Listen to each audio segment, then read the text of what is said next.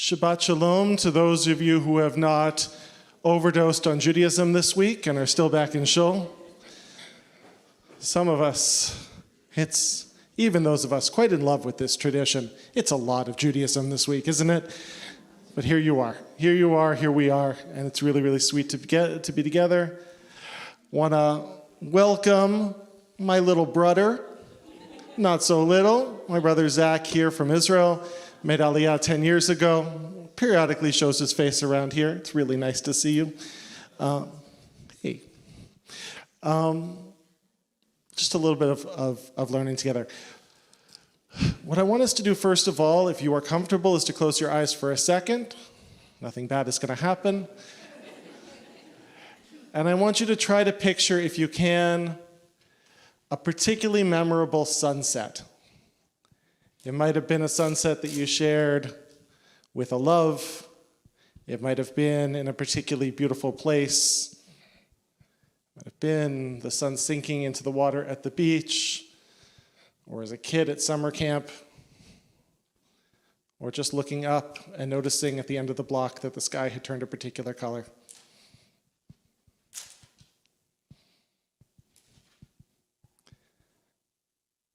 Is there someone who could describe it? What it looked like? I was on the 8th floor of Tower Hall in Buffalo, looking west over all the steel factories and all the pollution. And I was listening to John Coltrane's Naima. And as the sun set, it was the most remarkable red I'd ever seen. And the last note of Coltrane's tenor sax, the sun disappeared. Perfect scoring. Excellent. Academy Award quality. Anybody else? What did it look like? What was the sky? Yeah, Mimi. I was on the dock with family in Petoskey, Michigan, for sunset, which is absolutely gorgeous always. And it was the yellows and the purples and the reds and everything else. And then there was a bit of a line in the sunset, and then there was a pause in the clouds, and the sunset a second time. And it was just absolutely gorgeous, double sunset. Two is better than one. Anybody else? One last extraordinary sunset. What did it look like? Marcia and I were on the California shore, and many years ago there was an eruption of a volcano in Japan, and the sky was an unusually colored yellow, one I've never seen before. And as the sun set, that yellow just drifted away, and it was quite awestruck. That word for evening in Hebrew is a special word, erev. We say in our evening blessings, Baruch atah Adonai Eloheinu melech haolam, hama'ariv aravim, who evenings up the evening. Erev means mixture. It's a time of the mixing of light and dark, the in-between time. And so when we say hama'ariv aravim, we are praising God who mixes up the evening twilight. It's the same root word as the eruv, that boundary that extends around a Jewish community that says this is not a collection of separate homes. This is all mixed up together as one neighborhood, which allows for particular halachic abilities to carry things from one place to another. To be erev, to be ma'ariv, is to be mixed up. A little bit of this and a little bit of that. And when that's done just perfectly, it is extraordinarily beautiful. When we come out of Egypt, the Torah says, we come out not just as us, but as an Erev Rav. There's that word again. An Erev Rav, a mixed multitude, went out of Egypt with us. The liberation of the Jewish people from Egypt was a collective liberation, not just for the Israelites who had experienced slavery, but for many different people who each seized their moment to claim their dignity and make their way out of darkness and into light. The Erev Rav, the mixed multitude, something with the extraordinary potential for beauty. Now, at the heart of every religious tradition, my teacher, Rabbi Chaim Seidler-Feller, often teaches, is a fundamental tension between universalism and particularism, between an approach that sees the world as a sisterhood and brotherhood of humankind, that sees us all as in this together and all as beneficiaries of the wisdom that our particular sacred scripture has to reveal, and a particularism, a focus on our family, God bless you, as a distinct unit, separated off from everybody else, chosen and called for a particular mission in the world. In some extreme forms of particularism becomes a sort of supremacism that says not only are we different, chosen, separate, but we are the exclusive holders of truth, the only path to salvation. Within every religious tradition, there is that dance between universalism and particularism, between the focus on the world and the focus on the family. That exists within Judaism. We have texts that say, Kol Yisrael, yesh lekol Yisrael chelek b'olam haba, that every Jew has a place in the world to come.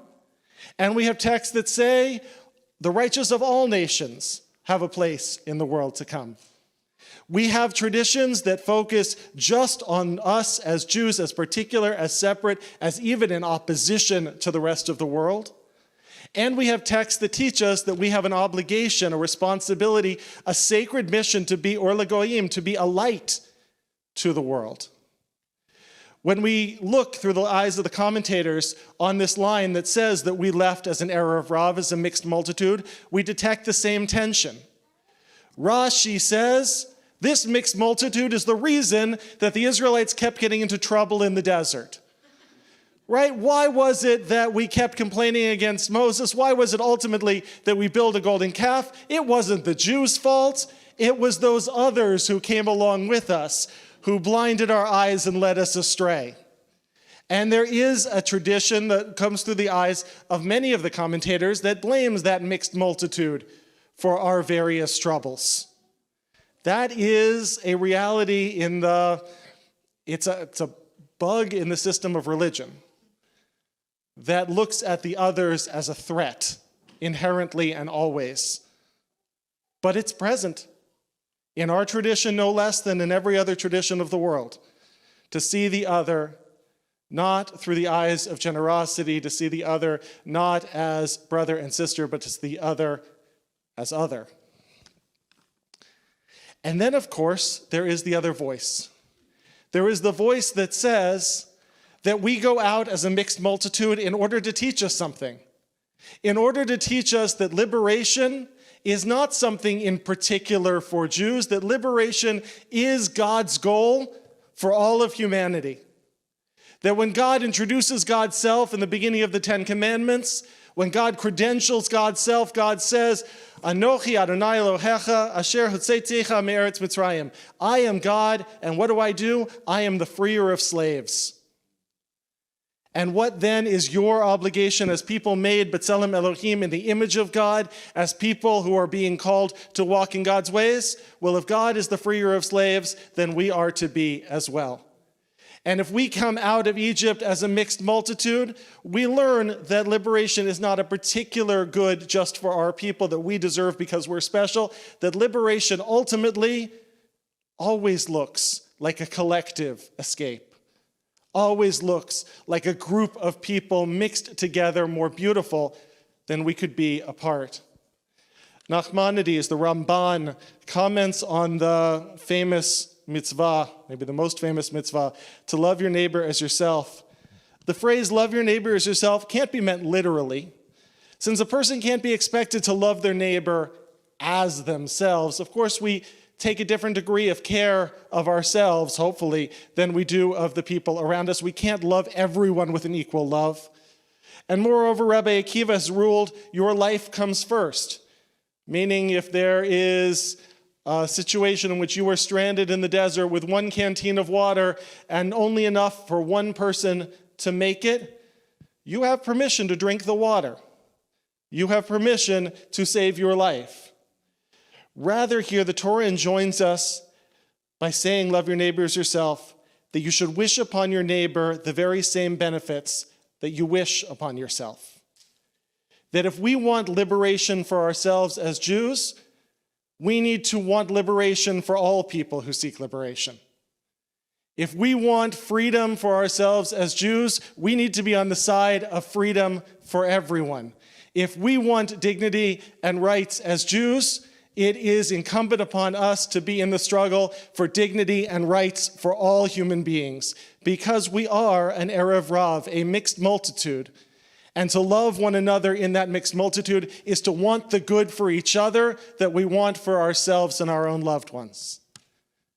That's the expansive heart work that's being asked of us when we're told to love our neighbor as ourselves. That's the expansive heart work that we're being told to do when we identify with this liberation story, which is not just our story, but the story of a whole beautiful Erev Rav. I read a poem that included in the Haggadah that we used just 2 nights ago here that ends with these words: even in our haste, history whispers, bring all you have borne with you, leaving it, you will find no peace. We leave Egypt in a hurry. That's symbolized in our matzah. But the poet here says, even as you rush toward liberation, carry with you all that you have learned. Carry with you the lessons that you take from this experience. If you shed it behind like a skin, if you forget where you came from, if you forget the suffering, it will have been for nothing. What you make of liberation, that's the trick. Can you, unshackled, set someone else free? The trick is not going free. The trick is making a road that other people can walk behind you. The trick is not making sure that we as Jews have everything that we need. The trick is making sure that we as Jews are able to be leaders in making sure that all have what they need. The trick is in finding and claiming our liberation to make more possible the liberation of all of the peoples of the world who seek it. The Exodus story has been a guideline for so many different people in writing their own story of liberation, in imagining for themselves a different kind of world, a different kind of future, a different kind of tomorrow. We are more beautiful when we're all mixed up. Just like the sunset in purples and reds and yellows, our world is more beautiful when we see it, when we see our success, not only as our success, but our success as a preliminary step to the realization of the dreams of us all. Chag Sameach.